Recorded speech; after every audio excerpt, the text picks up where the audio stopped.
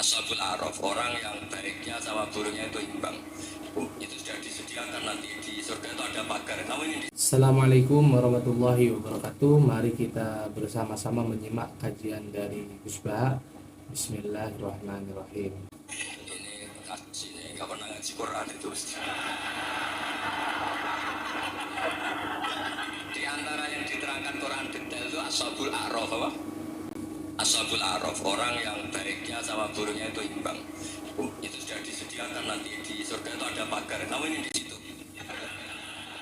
pagar pembatas, pagar ganda neraka. Jadi kejadian surga dan neraka itu kita terangin ya.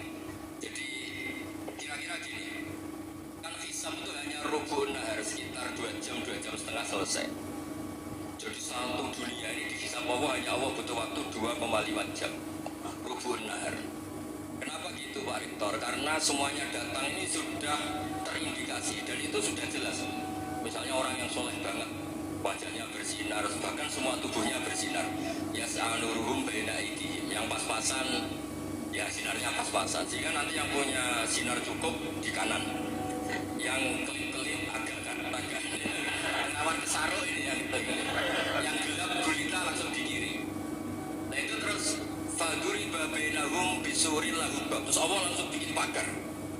Nah yang rawan kesaruk pagarnya yang kelip tadi, yang kemangsang ini, karena yang jelas hitam di kiri, yang jelas putih kanan, yang abu-abu ini sama malaikat digaruk saja. Nah, terus kemangsang di Araf itu. Setelah dibakar ini dia punya kegiatan. Kalau melihat neraka bilang Rabbana srif anna adzab jahannam. Kalau melihat surga ya Allah, ma kuntu asqa khalqi, saya ini hamba Engkau yang tidak paling sial dan Engkau Maha Rahman. Tolong saya jangan dihadapkan ke neraka lagi. Karena itu menyiksa. Sahabat wa akhraqat ya, ketika melihat neraka itu dia komentar, ya Allah, neraka ini begitu merusak wajah saya. Hawa panasnya itu sudah mengacaukan semua, baunya juga agak enak. Saya minta saya dihadapkan ke surga bersama Allah. Tapi kamu tidak minta lagi kan? Tidak, saya hanya minta itu tok gitu. Nah ini saya pandu, kalau kamu ngalamin tak pandu. Kalau kamu ngalamin tak pandu. Sama Allah terus diberi janji supaya tidak minta yang lain. Ya saya tidak akan minta lagi. Terus melihat surga. Nah, di surga melihat orang kayak gitu kan, di surga nanti kalian kan hura-hura semua. Wah, istri yang di dunia kurang cantik, rewel, yang di surga itu istrinya cantik semua, gak rewel semua. Yang minta belanja, cantiknya ada usah kesalahan, wayang top lah. Terus dia melihat tersiksa, orang Jawa ngiler. Weh, masa ngelihat tok? Akhirnya ya lama-lama berani ngajukan, ya Allah masa ngelihat tok? Dikasih masuk gitu. Ya terus, tapi kamu kan jadi tidak minta lagi. Ya terus mengayu-rayu Tuhan bagiannya, walhasil nanti kalau betul-betul Araf itu nasibnya akhirnya masuk surga. Tapi kita digarap dulu lagi. Itu lama sekali perjalanannya, memang lama sekali. Nah soal orang membunuh itu, apa contohnya tadi? Berbuat buruk sama orang lainnya apapun lah. Berbuat buruk sama orang lain itu, kalau faktanya nanti tobat, Allah yang bisa ngelola itu. Makanya Nabi pernah senyum-senyum, pernah tertawa-tawa.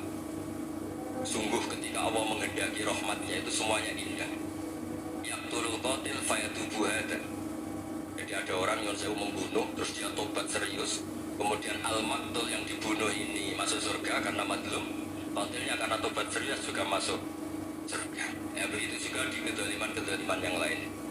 Jadi ya makanya tobat itu penting sekali. Ya taruh saja begini yang terkenal, yang contoh Wahsy itu jelas di surga karena syahid dibunuh Wahsy. Apa Hamzah ini jelas di surga karena matul syahidan, dibunuh secara syahid oleh Wahsy. Tapi karena Wahsy tobatnya serius, nanti juga di surga. Begitu juga keburukan-keburukan yang lain. Jadi tobat ini misalnya ada orang hartanya dicuri. Tentu yang dicuri ini kalau dia orang baik, ya mungkin secara formal lapor polisi, tapi kalau dia orang baik mungkin ridho lah, sudah itu sudah ridho kan. Berkahnya ridho, dia menjadi orang baik karena ridho diuji Allah, hartanya apa? Dicuri. Kemudian yang mencuri tobat, entah harta itu dikembalikan, entah dikasihkan masjid sebagai amalnya yang dicuri, entah apa-apa, Allah kasih tobat orang ini. kemudian sama-sama di surga.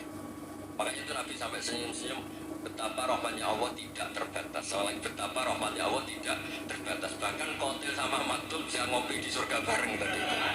Karena ya tadi masyhur itu.